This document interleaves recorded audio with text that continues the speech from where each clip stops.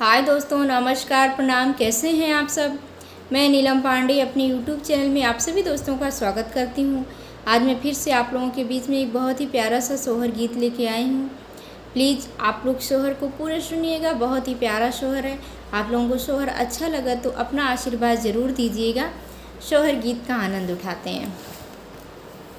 सोवा तेरा हाली से जरिया सपने के देखेली हो, अरे सोवा तेरा हाली से जरिया सपने के देखे हो। सासू सपना के कर तू विचार, सपने बड़ा सुंदरी हो। सासू सपना के कर तू विचार, सपने बड़ा मन भावनी हो। सपने में देखने अपन भाभी तो भाभी के लालान भैले हो। सपने में देखने अपन भाभी तो भाभी के लालान भैले हो। सासू हाली बेगे डोलिया फनावो बधैया लैके जाबई हो। सासू हाली बेगे डोलिया फनावो बधैया लैके जाबई हो। तू ही मोरी बाऊ हर से बाऊ हर, तू ही दुलेराई तीनी हो। तू ही मोरी बाऊ हर से बाऊ हर, तू ही दुलेराई तीनी हो। बहुहर बीने बोलाए जेने जई हो दरे नाही होई हई हो। बहुहर बीने बोलाए जनी जई हो दरे नाही होई हई हो। इतनी बचन सुनी बहुहर तो सासू से राज करे हो। इतनी बचन सुनी बहुहर तो सासू से राज करे हो।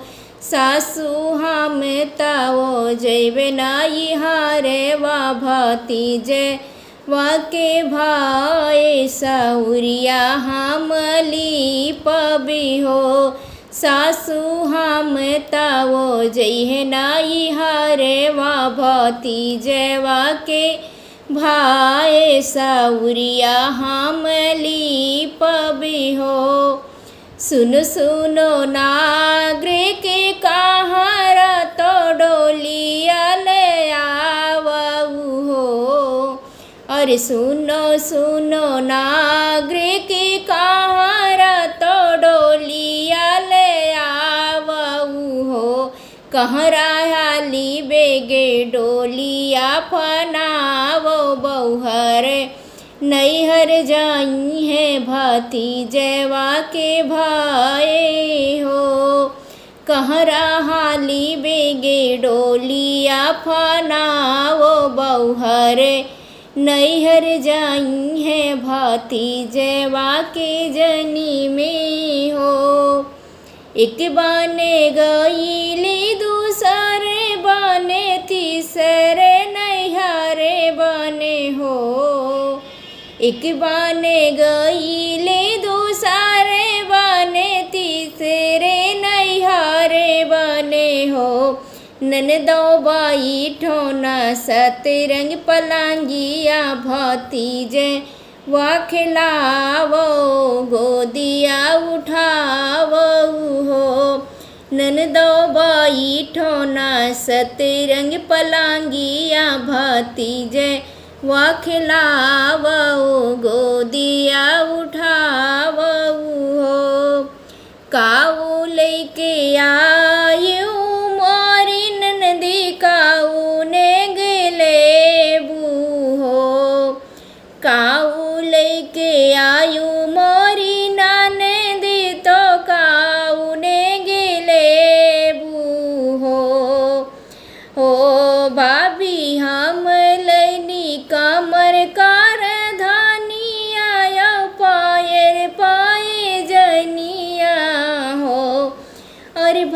भाभी हम लैनी कमर कार धानी आयो और पाए जनियन हो। भौजी हम लेबे मोतियान हरे वा तो हाथे के कंगने वानु हो। भौजी हम लेबे मोतियान हरे वायो हाथे के कंगने वानु हो। भाभी हम लेबे तोहरी चुनरिया भतीजे वाके भाई सहुरी के लिपाइनी हो। भाभी हम लेबे तोहरी चुनरिया भतीजे वाके भाई तो सौरी के लिपाइनी हो। ले जा मोतियान हरवा तो हाथ के कंगने वनु हो। अरे ननदी लाई जा तू मोतियन के हारवा तो हाथ के कंगने वानु हो। ननदो नाही देवे अपनी चुनरिया नरिया चिन्ह नाई हरि के। ननदो नाही देवे अपनी चुनरिया नरिया